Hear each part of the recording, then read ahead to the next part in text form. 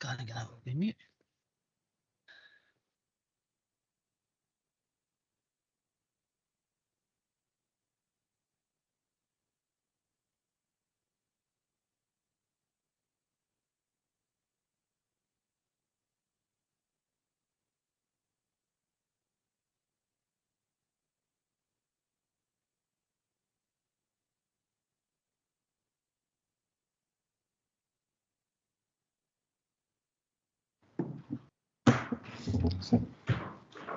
Back to you, Councillor Murtagh. Are you finished with the declaration?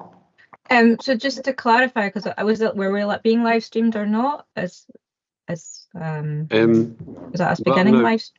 Okay. So my transparency statement was, and it is a transparency statement, not so it doesn't preclude me from debate, but that my employer, as per my register of members' interest, is Michelle Thompson MSP, and therefore she has done significant amounts of work in raising the issues related to Grangemouth and the Grangemouth Future Industry Board mentioned in the motion in Parliament and in other places. However, her opinions are not my opinions, which I form entirely off my own back, and they do not influence me in any way. Thank you. Yeah, thanks very much, Councillor Murtagh. Councillor Bundy. Yeah, thank you, Provost. It's the same transparency statement, but for Stephen Kerr, MSP. Okay, thank you. So we'll now move on to agenda items. Oh, Councillor Spears, my apologies. Thank you. As a transparency statement, I've done numerous TV interviews and newspaper interviews regarding this matter. Okay, thanks very much, Councillor Spears. Okay, so we'll move on to agenda item 3, which is Grangemouth Industrial and Manufacturing Sector, and an amendment has been received, so there will be a debate. And everybody's got a copy of the motion, so we'll go to officers first for questions. Okay, questions to officers first.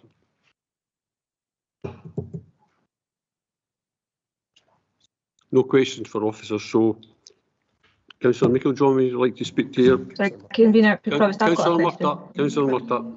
Yeah, I do have a question.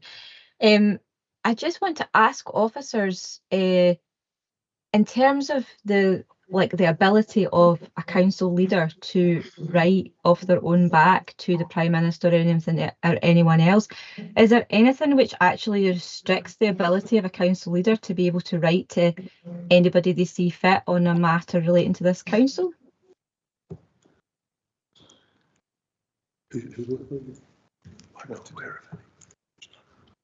We'll go to Mr. Laurie. Thank you, Provost. Thank you. Very straightforward answer. And that answer is no, there is no such restriction. Okay, that's really helpful. As in terms of the Grangemouth Future Industries Board, which is mentioned in the meeting, Falkirk Council has had representation on that board for some time, have they not? Can you tell me when that actually began? Mr. Bennett. Through you, Provost. It predates my time at the council, so I've been here 3 years, and I was under the impression it had been going for, I think, a year before I arrived. So yeah, 4 years. Okay, and Falkirk Council have representation on other bodies relating to, so there's obviously a matter of sort of coexisting projects which feed into Grangemouth Future Industries Board, and we hear a lot about Project Willow, which I believe is an independent, it's led by Ernst & Young, I think, or maybe I may be wrong, maybe one of the others, but that also feeds into some of the discussions with Grangemouth Future Industries Board. Is that correct? I know there's maybe the governance could be clarified on how that all works. It's helpful. Mr. Bennett.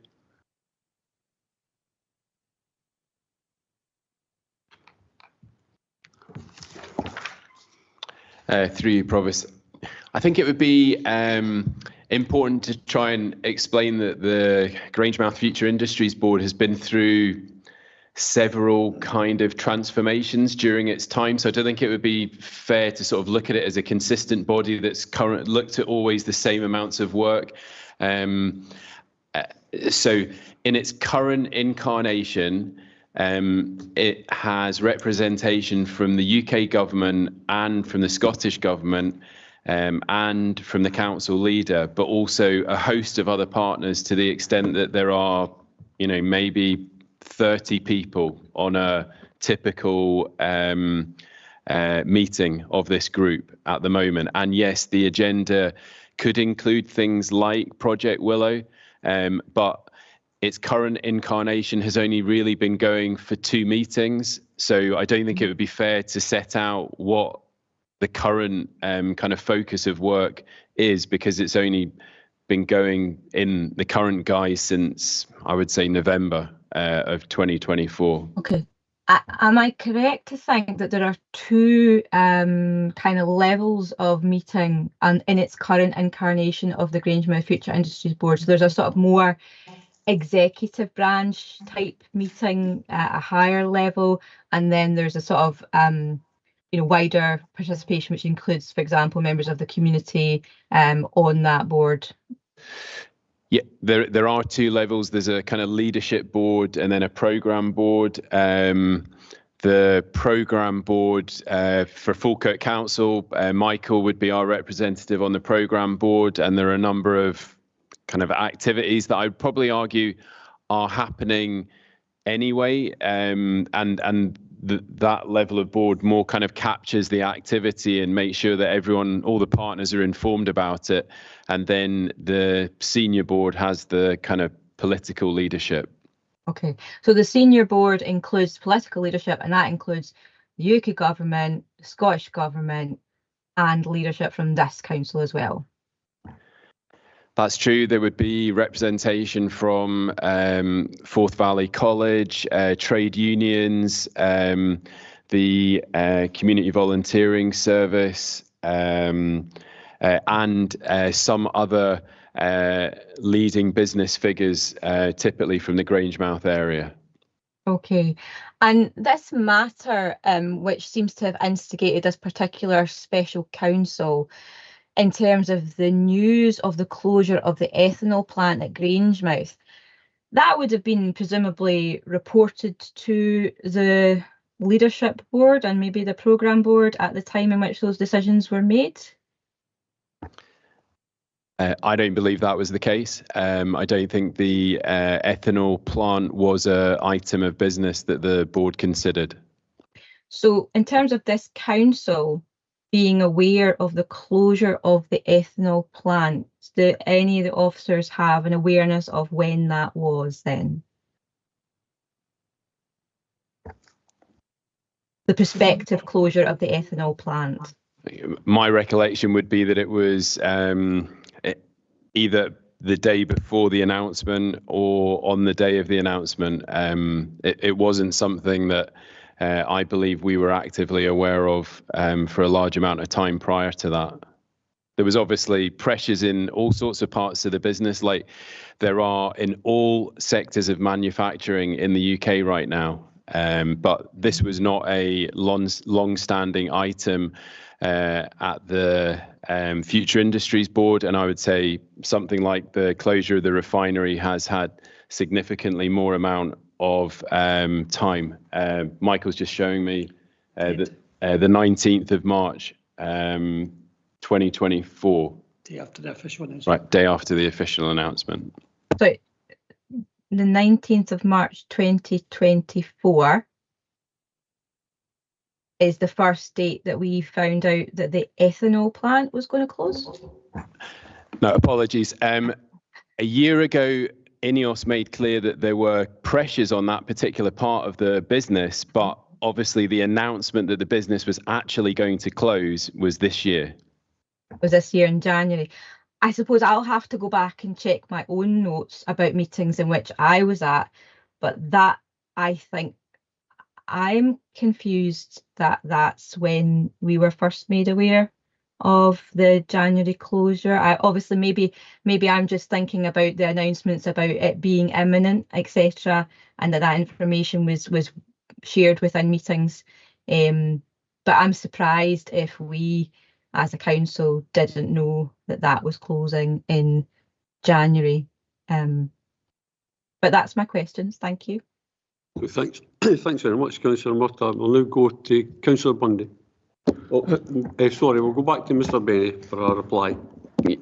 If through you, Provost, I think I would say, Councillor Murtagh, there's a difference between a business making a statement that says if conditions don't change, we anticipate pressures on that business and it could close, in just the same way that the announcement was made in advance of the refinery closure, that there was pressure on the refinery and it too could close. But I think I remember being in this chamber when that announcement about the refinery was made, and people were still surprised by the decision being made. So I think that's the point I would make. It's that, yes, the business had made it clear that there were pressures on this particular part of its business, and that if things didn't improve, then a potential closure in Q1 was possible. Sorry, yeah, well, Q1 of 2025. Yeah, but that still doesn't. That still allows us to be for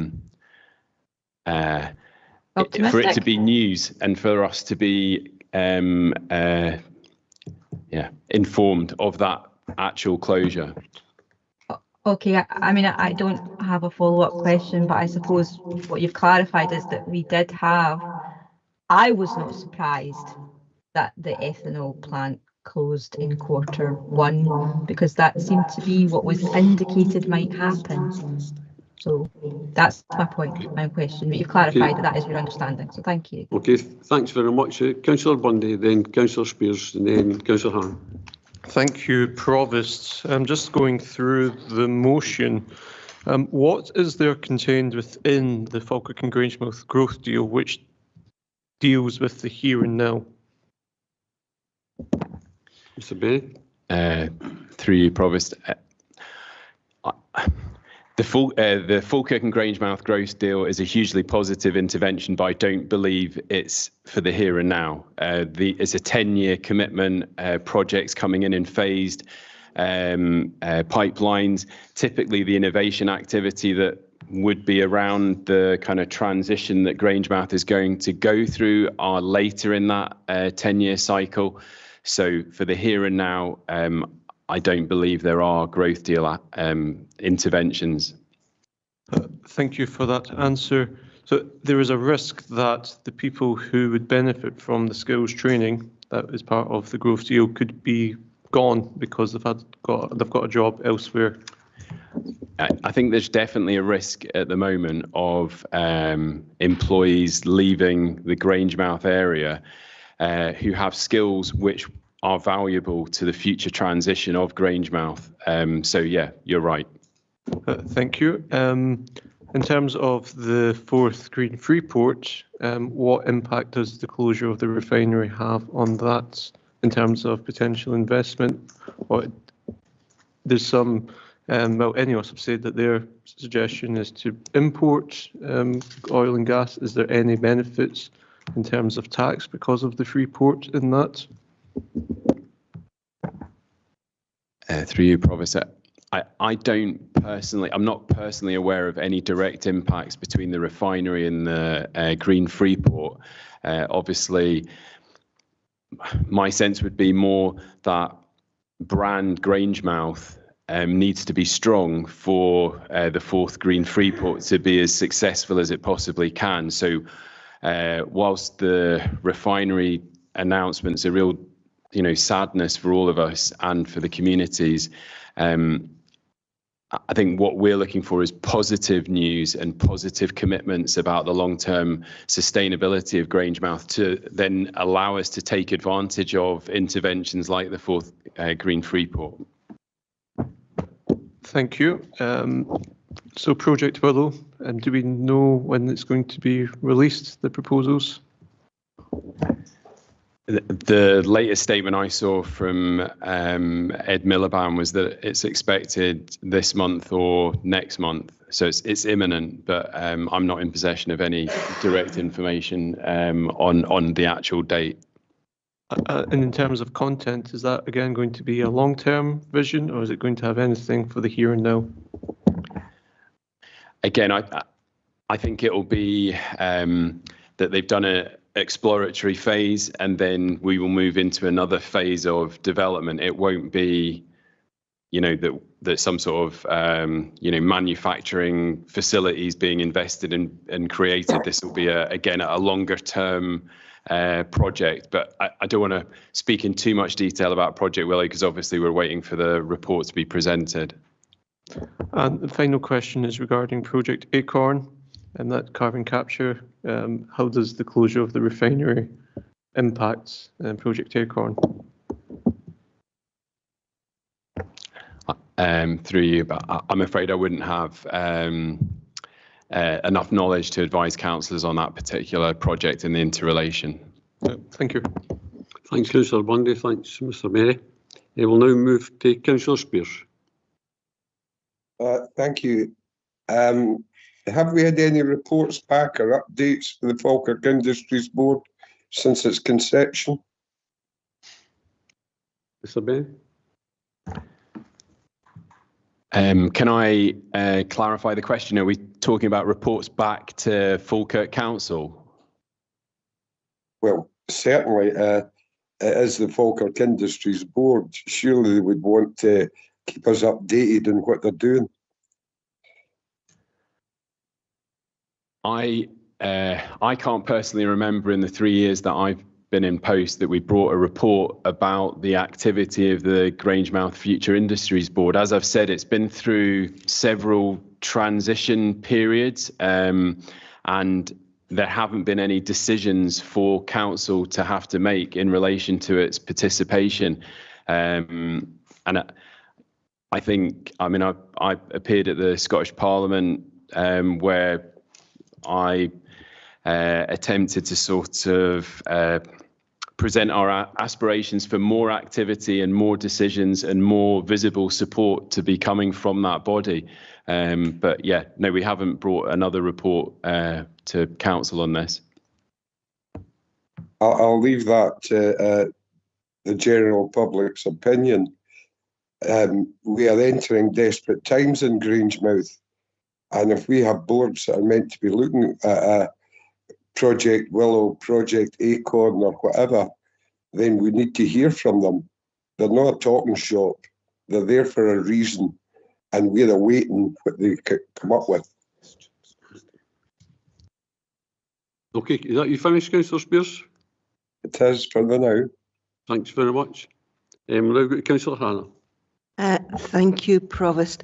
To some extent, Councillor Spears has covered my question because I was going to ask about the Grangemouth Future Industries Board and when we've ever received a report about it. I'm aware of having received reports about the growth deal, about the Freeport. On numerous occasions, we've been kept well informed about our involvement there. Are there many boards that Falkirk Council is represented on at both political and officer level that we don't get reports about? It does seem to me that the council should be aware of what is being done in the name of Falkirk Council. Okay, Mr. Bennett. Through you, Provost. The political involvement on the Future Industries Board has only been a recent situation, as I said, autumn 2024, following a reshaping of GFIB. So it's largely been an officer, civil servant endeavour, and the typical process, as I understood it, of council was not to bring reports for noting. You bring reports for decision. So that's why reports have come forward about the growth deal and the Green Freeport, because we've been asking for permission to submit outline and full business cases. But there has been no decision for council to make with regards to GFIB, and if there was, then I would definitely bring one. With regards to Project Willow, we did do an officer-led briefing, I think it was a couple of months ago. Yep. So we've always done our best to inform elected members, and if there is a view today that you'd like to hear more about GFIB, then I'd be more than happy to organise a briefing to give you that information. I think that would be valuable. I do think that when there are things that Falkirk Council is represented on and is putting forward views of Falkirk Council, Falkirk Council should know about it. Provost, could I come in just on that matter? Yes, okay. Just to clarify, first of all, the GFIB is a government body, not one that's set up by Falkirk Council, and we're there at invitation by them, including political leadership. So it's not Falkirk Council that determines there's an invitation there. The minutes are publicly available on the government website for anybody to see. So they are quite infrequent. And I'm sure Mr. Benny would agree with that.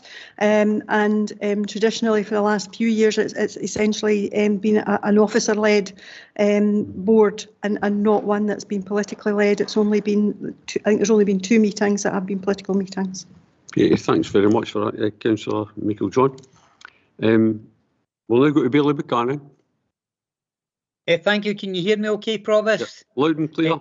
Thank you very much. Well, obviously, we're all really concerned about the serious impact this situation is developing into for the community of Grangemouth.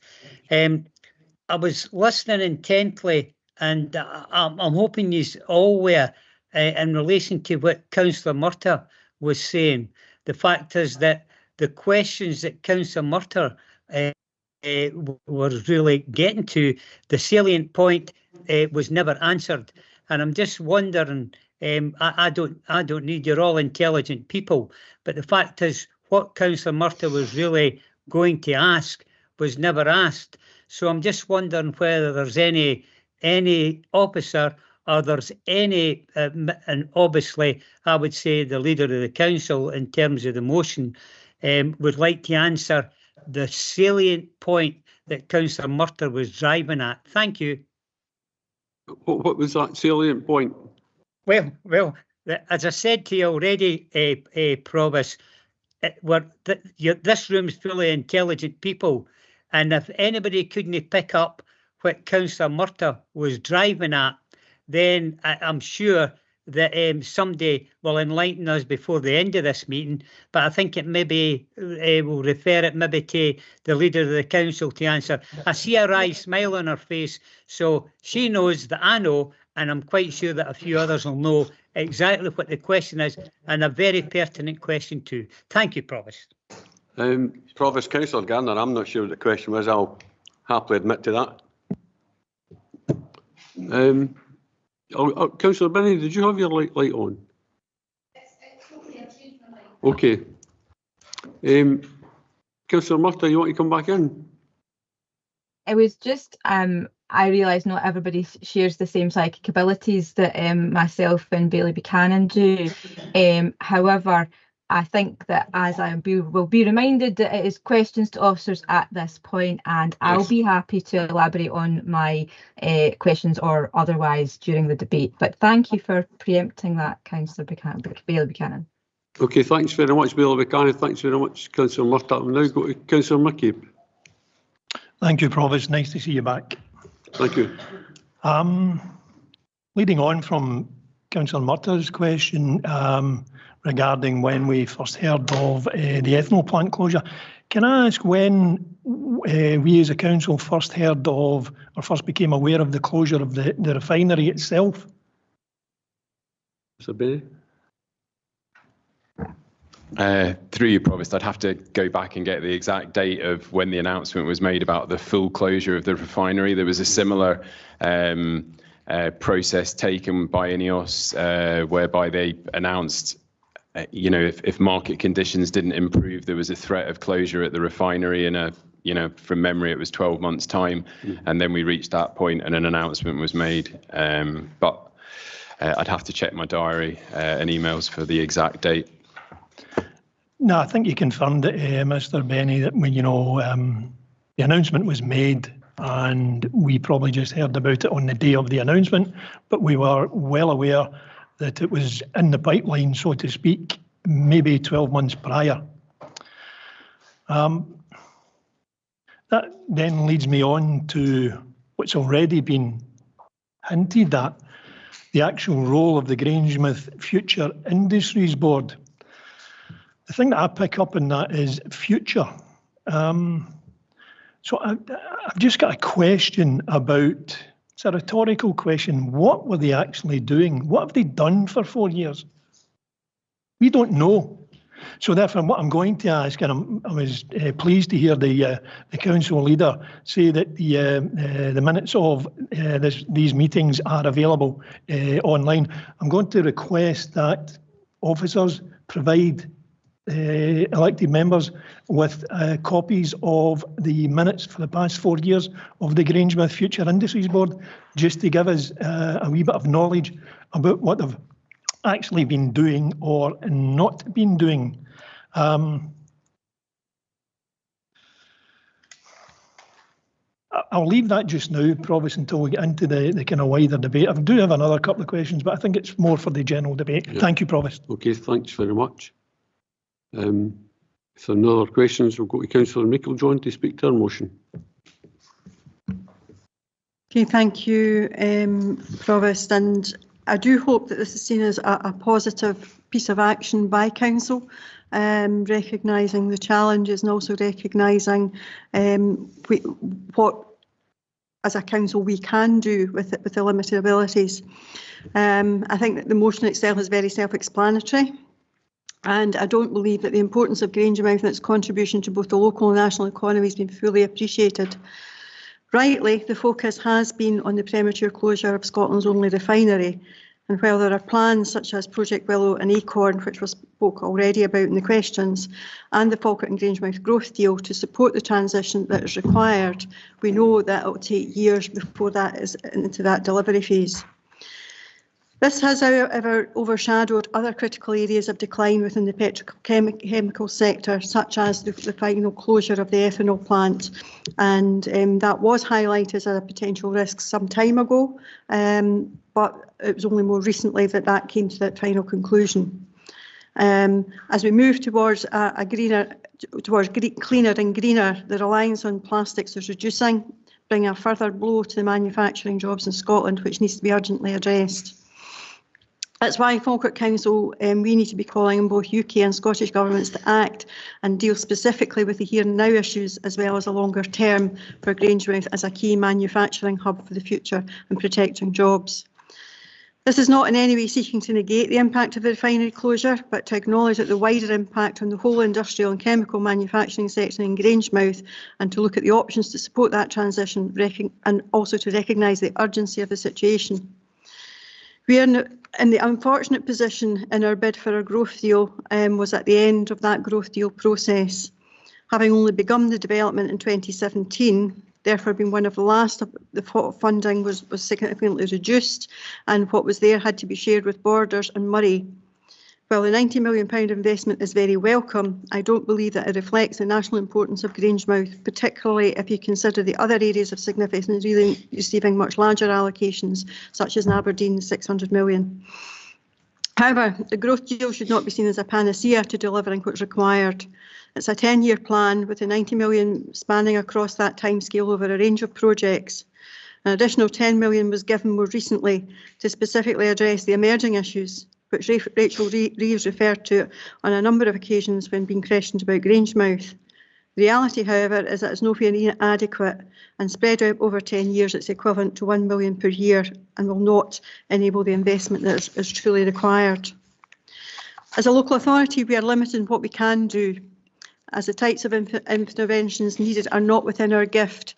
But what we do have is the ability to call on governments to account and bring them to the table, highlight what the sector needs as support, investment and changes to regulation to allow the diversification.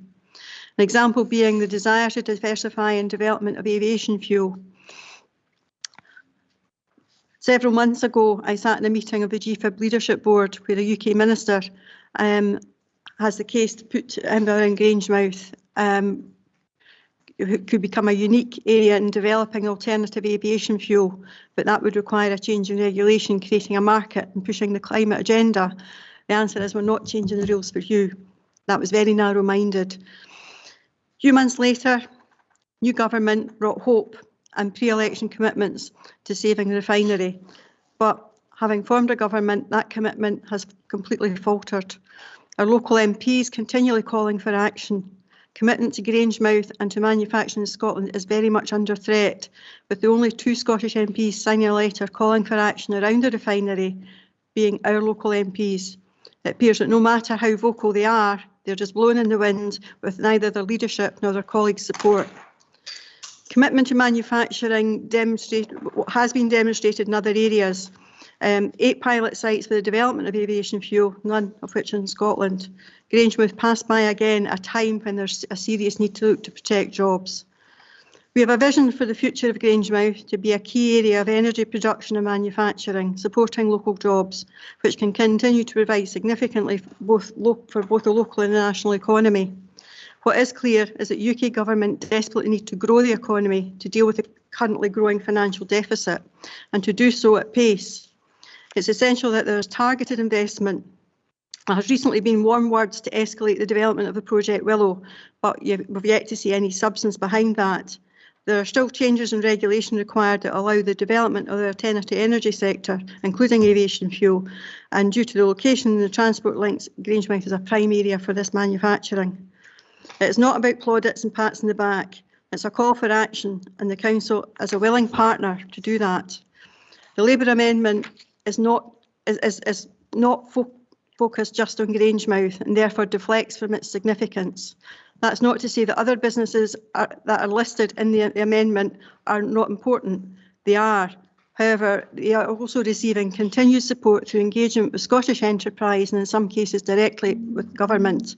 Example being Haven, who employ disabled people, have very recently received Scottish Government direct support, having been awarded a contract and a commitment to work with them to establish a sustainable business plan, and others in a similar situation. We need to be calling on governments to do the right thing and get behind the diversification that's needed, protecting jobs and supporting manufacturing and fuel security for the future, and that needs to happen now.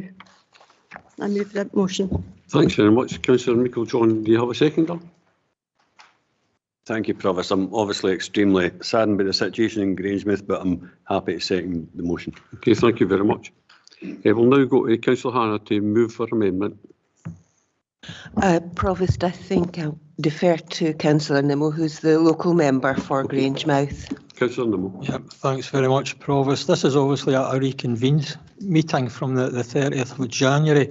I'm not sure if our amendment was actually circulated at that point, but there has been hard copies issued this afternoon to everybody. Firstly, can I make a transparency statement? I've taken advice from the Chief Governance Officer regarding my employment with Brian Leishman MP. Now, this is because Brian is mentioned in our amendment, and having taken that advice, I'm content that I'm able to continue to move our amendment and take part in the debate going forward. I think things have been superseded somewhat since this motion and amendment were first due to come before us. We now have redundancy notices issued to INEOS employees. Both BP and most recently INEOS have been guilty of not investing in the refinery's future viability, and that is why we're now having to deal with the closure, the imminent closure. I really wish we were not in this position, Provost, trying to save the Grangemouth refinery and the thousands of local jobs that are involved, but we are where we are. It's still possible, however, to save the refinery. Unite the Union has a plan to do just that, but our Westminster government needs to fully engage and not just play lip service to the issue. Having said that, the Scottish Government are not entirely blameless in all this. They knew about the potential closure 3 years ago and chose to do nothing at the time. As a country, why would we rely on another country to provide our fuel when we can make it ourselves? This refinery is of national importance, which has already been highlighted. There is a national security element to all this. What happens if the ships stop delivering fuel? What do we do then? Brian Leishman, our local Labour MP for Alloa and Grangemouth, has led from the front in respect of challenging the closure. He has been very vocal and on his feet in the House of Commons numerous times now, and spoke on national television and in the press nationally and locally in support of retaining the Grangemouth plant and its workforce. It's quite clear to me that our UK Labour government has failed Grangemouth and its people. There is no just transition, or plans would have been put in place before the redundancy notices were issued. The same goes for Project Willow. Totally ineffectual, and it's a case of too little, too late. The letters that are to be sent need to be sent in the strongest terms, outlining the impending impact that these closures will have on Grangemouth and the surrounding areas and the businesses involved. There needs to be the political will to save Grangemouth plant at all levels and protect the jobs at the other sites mentioned in our amendment. This has not been forthcoming so far. Provost, I'll leave it at that for the time being, but I'm happy to move our amendment. Thanks very much, Councillor Nimmo. Do you have a seconder? Thank you, Provost. I'll briefly second the motion. I think I'm slightly perplexed to know why at this particular juncture, as Councillor Nimmo has said, we're having a special meeting to discuss this issue. We have known about the problems over a long period of time. I'm also slightly perplexed about why we're having a special council meeting, as I think Councillor Murtagh was alluding to, in order to authorise the council leader to write a letter. It does seem to be more politically orientated than anything else. That said, I think we're all in agreement about our concerns about the job losses. There are nobody around this room who is happy about the situation that about job losses in the Grangemouth area and the Falkirk Council area and across central Scotland, because this is not just about Grangemouth. The number of job losses that we're seeing is going to impact, sadly, across the whole of the economy in central Scotland. I think it is an issue. I know that Mr. Benny has said that, talked about when we actually knew for sure, being when there was a notice that that certain businesses were about to close. I think we have known for much, much longer than that there was a risk. And clearly the time to act is when there is a risk, not when the closure has been announced, if we are going to do anything. The situation is a sad one, and yes, I absolutely 100% support the idea of us adding our voice to the calls for some action to be taken. But it is not just about any one industry. It's about jobs across central Scotland. It's about jobs across the Falkirk Council area, and I do think we need to take that very, very seriously. The Falkirk Labour Group has been working with our MPs, with Brian Leishman, Ewan Steinbank, and to a certain extent Kirstine Sullivan as well, who have all been trying to take action, trying to persuade government to take action on this matter. And I have no doubt that they will continue to do so, and we also will continue to be putting those pressures on. I hope that we can come together and agree our amendment here rather than the politically motivated motion. Okay, thanks very much, Councillor Hannah. We'll now open up for debate. Oh, Councillor Bundy. Thank you, Provost. Around this time last year, I actually brought forward a motion regarding the future of the Grangemouth oil refinery, and in that motion I called for the Council to conduct an economic impact assessment if one was not done by the Scottish Government or Scottish Enterprise. And I also called for the Grangemouth Future Industry Board, and I quote, give monthly updates regarding the future of Grangemouth Refinery and their views and recommended actions to help save Grangemouth Refinery.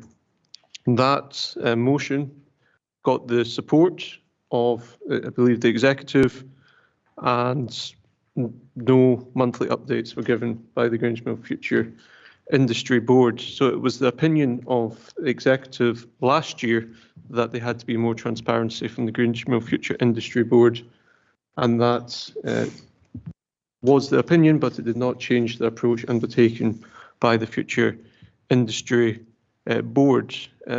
I think the also thing I'd like to point out here, and I acknowledge that my party was in government at Westminster until July. I think the whole point about the future of the Grangemouth refinery shows that there's cracks in the devolution settlement because there are some elements of it devolved and some elements of it reserved And both governments, and including Labour and Conservative governments at Westminster, have allowed this to fall between those cracks, and both sides are blaming each other rather than taking the mantle and saying what has to be done in the here and now.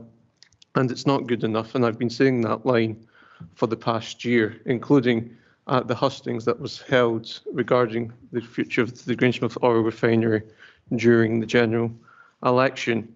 But in terms of the motion in front of us today, I will be voting for the one proposed by the administration.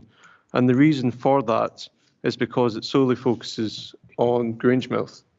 I think the Labour amendment dilutes the issue at hand. Yes, there's concerns about the wider central Scotland area, but this is a matter for Grangemouth, the future of Grangemouth, the future of the refinery, the future of the jobs related to the refinery. The economic impact assessment which was produced shows up to 2,800 jobs potentially lost in the supply chain because of the closure of the refinery. And we've not even talked about the future of the chemical plant, because if INEOS decides that that will shut in the future, it will dwarf the impacts of the refinery. So there's something that you have to focus on. Keep the focus on Grangemouth rather than diluting it. And I also don't think an amendment praising the hard work of MPs is necessary. I think that's their job. I don't think we need to show that appreciation in an amendment for that. But keep the focus on Grangemouth, the action in the here and now. Fully support the calls for Grangemouth Future Industry Board to get in shape. I called for that last year. It's probably too late now, but if we can get that action taken, then that would be at least a step in the right direction. And yes, I also fully support calls for reports on the future of the growth deal, Green Freeport, Project Willow and Acorn, because all of these projects are fundamentally important to the long term of Grangemouth and Central Scotland economy. Thank you. Thanks very much, Councillor Bundy. We'll now go to Councillor Murtagh, then Councillor Spears. Thanks, Provost. So I'm going to try and unpsychic myself to be able to make an effective contribution here. Unsurprisingly, I'm quite frustrated that this has come to a special council. As I tried to tease out in my questions, we're now presumably about a month from when the paper was submitted for the request for the actual motion to be heard. And in that time, despite being completely insignificant in the eyes of many of my colleagues around that table, we'd be more than happy to sign a letter to the UK government or the Scottish government. I'm sure every member of this council would if we were asked, and I don't see why this needed to be a special council in order for us to highlight an issue which, as the news release says from last year, it was highlighted that the announcement for the proposal was for the ethanol plant was to cease in Q1. And I do recall, and I've checked back in notes, meetings that were open, in fact, to members of the public in which it was discussed when the ethanol plant would be closing. So I think the fact that it's here, I'm afraid, I find really difficult, and I find it very difficult to come to any conclusion other than it's just pointless party politicking for no good reason whatsoever, other than saying we're doing something about it. And as is illustrated, we have a seat at the table with the UK government and the Scottish government. We've all got a voice publicly. We're all able to do things. We do not need the permission of this council to send letters, and we do not need the permission of this council to just be getting on with the job that we've all got.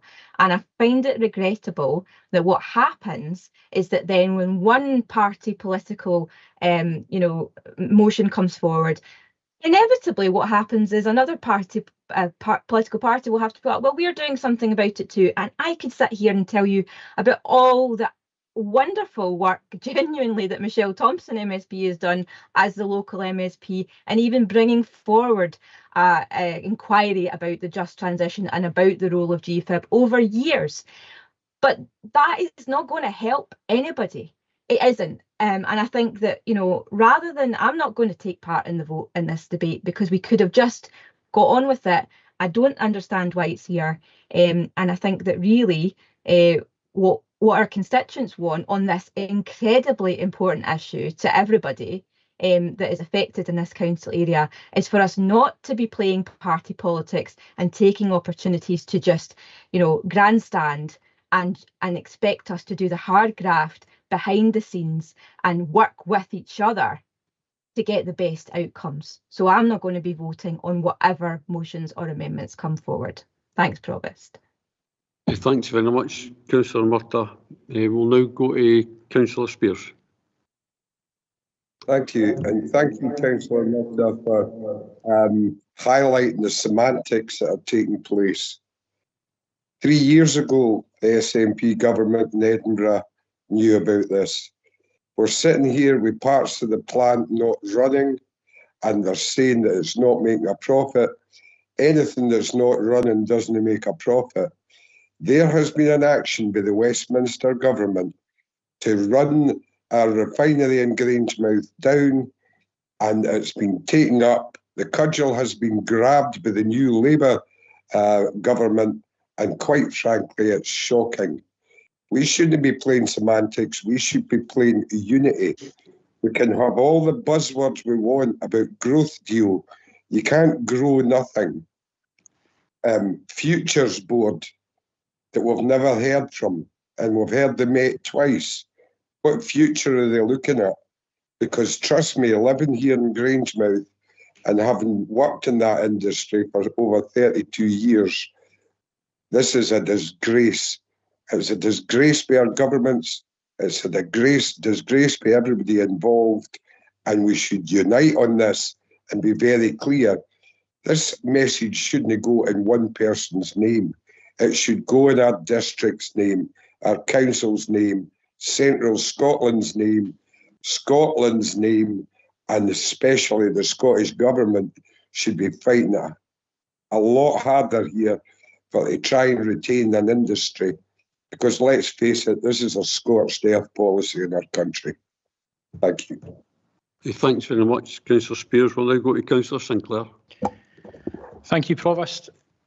First of all, I think if this was something everyone knew about, I don't believe INEOS or PetroINEOS would have issued a release announcing it, or that would have been subsequently covered by the media. I think it would have been taken as read. Similarly, I believe it's right and appropriate for members to bring motions forward on issues that are pertinent to the council area. This, unlike some topics of debate, whether here or elsewhere, is not a spurious attempt to grandstand. This is people's lives and livelihoods we're talking about. Like many people in Grangemouth and across the Falkirk district, I'm not quite sure what to make of the amendment to our motion before us today either. On first reading, I couldn't really get past the first sentence. While I appreciate that most members of Parliament do admirable work in raising issues on behalf of their constituents, and Mr Leishman appears to be the only person providing an effective opposition to his own Labour government, this is not what we are dealing with today. Of course, things have moved on somewhat since this meeting was first requisitioned, now that workers at the refinery have been issued with their redundancy notices, an entirely regrettable situation. You see, while I'm as capable of misremembering historical events as the next person, the events of a few short months ago are vividly stored in the collective memory of the people working within industry in Grangemouth, including the refinery. I remember seeing images of politicians walking in solidarity with the industry workers. I remember campaign leaflets and posters being delivered with slogans and nice pictures. I remember party leaders proclaiming loudly, in a place not far from this building, vote Labour to save the refinery. Well, 6 months down the line and we can see just how hollow those promises were. We are no closer to saving the last refinery in Scotland and no closer to the protection of jobs and livelihoods that were so eagerly promised. Campaign in poetry and govern in prose. Hot air is getting us nowhere. I'd like to think that some people are waking up to the idea that it is irrelevant how many MPs with various coloured rosettes on their chest are sent to Westminster, with promises of Scotland being placed at the heart of government. But let's be absolutely clear about the matter at hand. Energy security in the United Kingdom is a sole responsibility of the UK government. Mealy-mouthed words and backslapping is not what the workers in Grangemouth need. They need action now, and your UK government is failing them. A point that Councillor Nimmo made quite eloquently earlier on. Some may even consider it a dereliction of duty and betrayal given the promises made so very recently. Furthermore, the amendment today speaks of other businesses in other parts of the district, and Councillor Hannah mentioned about jobs. Well, let's take a look at that for a moment. Alexander Dennis announced last year that they were having to make redundancies. Well, here's another kicker. The Labour UK government have decided to put a tax on jobs by increasing employer national insurance contributions, forcing ADL into another round of redundancies. It poses a question, does this UK government actually like workers? What about our older and most vulnerable citizens? They've had their winter fuel payment ripped from them. Another betrayal. WASPy women, who were supported by many members of the now Labour government when they were in opposition, promises of compensation that they rightly deserve lie next to tattered banners. Betrayal. Young families, mothers and children destined to be left in poverty by sustaining the horrendous two-child cap on welfare support. Another betrayal. These are all political choices, and many people voted for change at the last election. Will the new Labour government have the ability to change all of these things, especially for these workers and their families, many of whom voted for them at last year's general election? They say that when people show you who they are the first time, trust them. Well, it's clear that Keir Starmer's UK Labour government is showing us exactly who they are by their silence and inaction, and by extension, proving the point that we have always been making.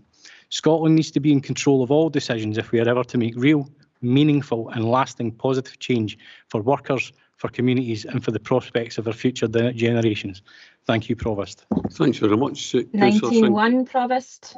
Okay, thanks very much, Councillor Sinclair. Councillor Murtagh, what's your 19-1? Is because when Councillor Sinclair was speaking, he referenced that statement that I had made, although he didn't name me, but he referenced that if we had known that INEOS were going to close the ethanol plant, that everybody would have known about it, and words to that effect. I have put a link in the chat from the release on the 19th of March 2024, which clearly gives notice that INEOS O&P UK announced a proposal to cease production of ethanol from its Grangemouth site in Q1 of 2025, and then gives the information in relation to that, including what INEOS's course of action would be, and coming to that, and that had been after a lengthy review and was a result, and the various results of what they had done prior to making that announcement. So that was public information, and it was publicly discussed in public meetings in which community councils and other members, including councillors, which I recall being at the meeting, were at. So that is a true fact, and I will not be misrepresented. Thank you. Thanks very much, Provost, can I just ask for a point of clarification? If you're calling a 1901, should you not have been mentioned in the previous statement in order to be able to call that in? Mr Moody. As I understand it, Councillor Murtagh is relying on the fourth aspect of 19.1, which is having previously spoken, that some part of their speech has been misrepresented in the debate. So no, the short answer is you don't have to have been specifically mentioned. Okay, we'll now go to Bailey Buchanan.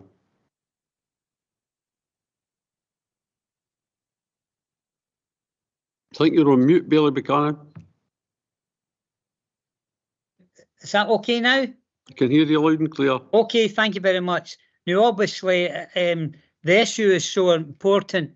When I was talking earlier on about Councillor Murtagh, I'm sure that some people in that building would understand exactly where she was coming from, and eventually she came out. Councillor Hannah realised right away the implications of what she was saying. The fact of the matter is, we all realise the importance of this issue and the destruction of a community that's going to take place over the next few years, and that's sad. But could I say, in terms of, I'm just going to finish off with this briefly, Provost. There's a term used for certain motions, and in terms of this motion, the terminology that should be used for it is that this motion is a wailing wall. Thank you, Provost. A wailing wall. Thanks very much, Bailey Buchanan. Any other questions? No. We'll go to Councillor Meikle. Would you like to sum up? Oh, Councillor McCabe, my apologies. No, it's fine, Provost, not a problem.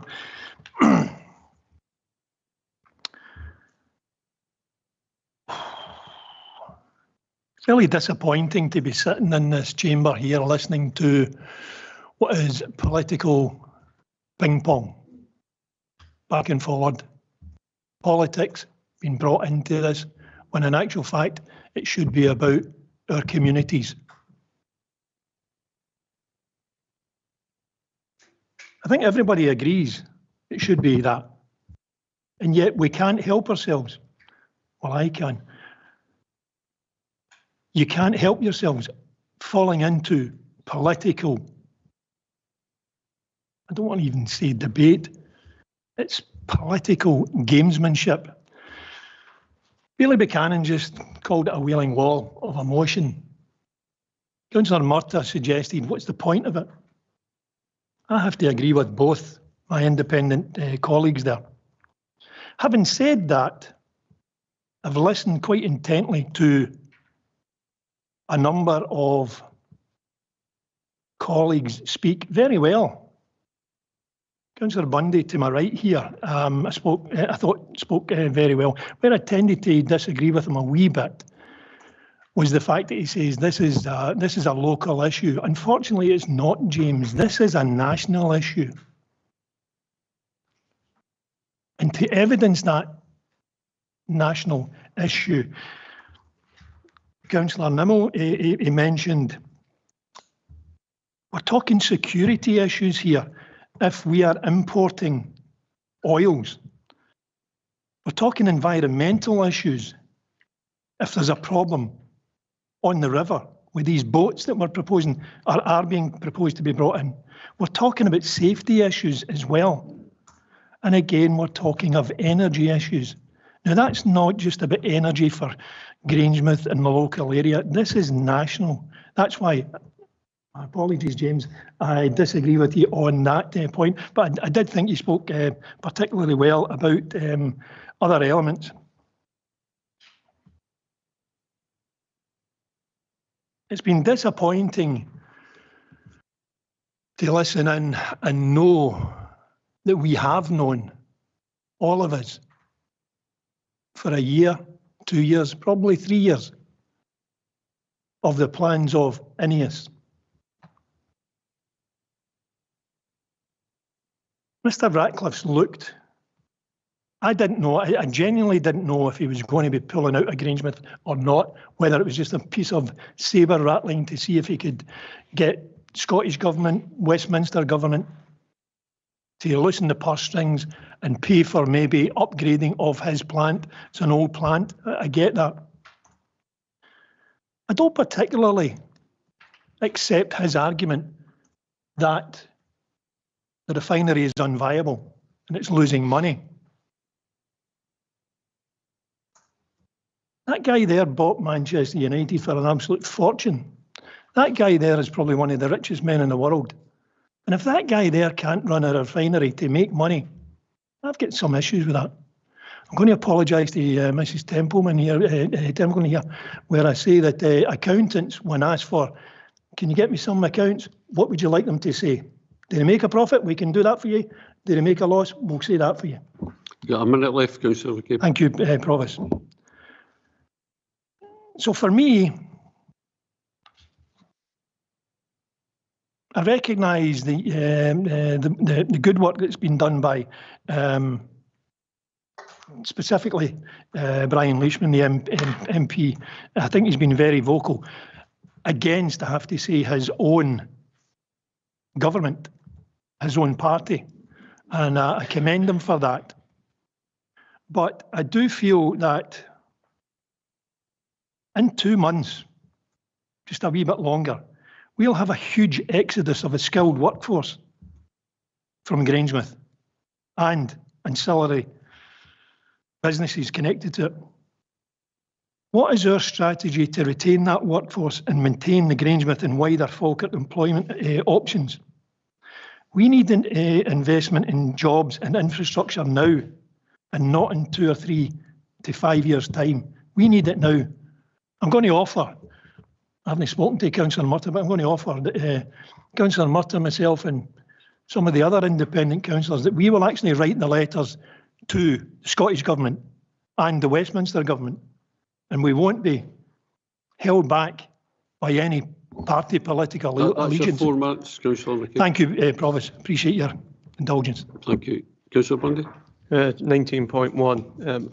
In terms of talking about Grangemouth, I was saying that the motion is focusing on Grangemouth and the locality of Grangemouth, but as I've said many times in the past, this is a national issue in terms of national security, national energy, and that's my position.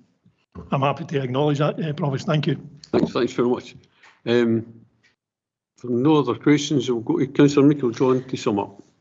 Thank you, Provost. I'm being really disappointed in the level of debate today. Our motion's not political, and it's a sad indictment on those that have chosen to make it political. It's unfortunate the tone of the amendment that has come forward, because that has then made it appear much more political. I really thought that as a whole council, we could have had an agreement and support the way forward. We as a council alone have very little ability to make the change that is required to actually at the ground level, but we can look to call our collective governments, and I say that governments, to account for the situation that has arisen in Grangemouth. To those that have said we knew about this for long enough, well, there's 30 councillors in this council. There's a motion being brought forward, which is a proactive motion to actually do something. Anyone could have brought forward a motion at any time in relation to this. So you can take what you want from that. I think we need to be very clear, and not often do I agree with a Tory view, but I do agree with Councillor Bundy, and that's why this is very, very focused on Grangemouth and the significance of Grangemouth. And on many occasions I have said that I don't believe that significance has been really recognised nationally, particularly by our Westminster government. We know that there's changes that could be made at that level that could actually make a huge difference and allow the investment, including private investment in Grangemouth, that could actually save jobs and develop for the future. And I think that is something that we can proactively do. We can mump and moan about political motions in this chamber. I think it's far more important that we're seen to be doing something. And I would have much rather been in a position to have written to the Prime Minister and the First Minister in relation to the situation, knowing that there was a whole council approach to this. Hence the reason that it's so disappointing at some of the rhetoric that we've heard this afternoon to those that would obviously just want to sit back and do nothing. So I really hope that there's an ability there to support what we have in front of us, recognise that this is an attempt to try and bring the governments together to get a plan together very quickly. And I would also highlight that while the Grangemouth Future Industry Board has been mentioned as a potential vehicle in the motion, it isn't the only vehicle. There could be a separate task force set up specifically to deal with the issues of Grangemouth.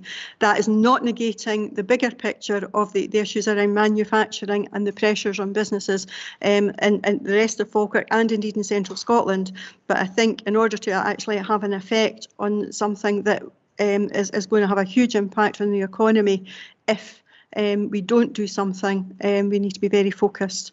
And I really urge people just to swallow their pride and actually support the motion. Thanks very much, Councillor Meikle-John. We'll now go to the vote. Thank you, Provost. And the motion appears on the face of the agenda, and it's moved by Councillor Meikle-John and seconded by Councillor Garner, against which there is an amendment which has been circulated, moved by Councillor Nimmo and seconded by Councillor Hannah. Provost Bissett. Amendment. Councillor Aitken. Amendment. Councillor Anslow. Amendment. Councillor Binney. Motion. Councillor Bowes. Motion. Councillor Brown.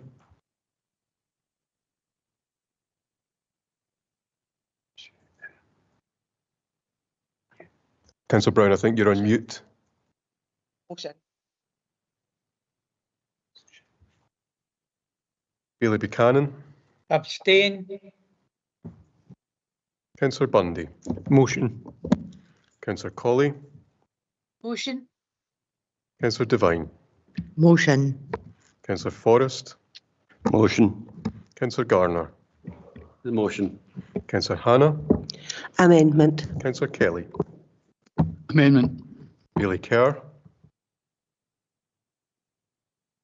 Don't think Bailey Kerr is still on the call. Councillor McCabe. Abstain. Councillor Meiklejohn. For the motion. Councillor Murtagh. Abstain. Councillor Nimmo. Amendment. Councillor Patterson. Amendment. Councillor Redmond. Amendment. Councillor Ritchie. Abstain. Councillor Stinkler. Motion. And Councillor Spears. Motion.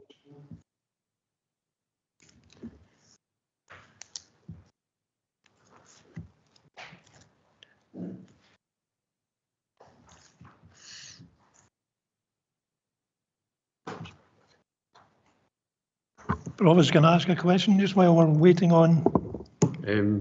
Just about to speak. Mr. Moody's just about to speak. Thank you, Provost. There are 11 votes for the motion. There are 8 votes for the amendment. There were 4 abstentions, so the motion is carried. Thanks very much, Mr. Moody. Councillor McCabe. Thank you, Provost. The fact that we've called a special meeting to be writing a letter, can we see the letter before it goes and agree on the content of it? Can we have some agreement to that? Mr. Moody. That wouldn't be our normal course of action. No, the council decision authorises the council leader to write the letter. It will be prepared. It can be circulated afterwards, but it doesn't need to be circulated before it's sent. Democracy in action. Thank you, Provost. Okay, thanks very much, everyone. That's for your attendance. Councillor Murtagh, you have something to finally... Just that Councillor McCabe had asked something earlier in the meeting, and to say that I'm more than happy to write a letter and take action, and I'm more than happy to circulate that round all members if they want to sign it, and they don't have to, but I think that we're all prepared to take action. It's just that we don't need to wait. Thank you. Okay, thanks very much. We'll now close the meeting. Thank you for your attendance. Thanks to the chair, Provost.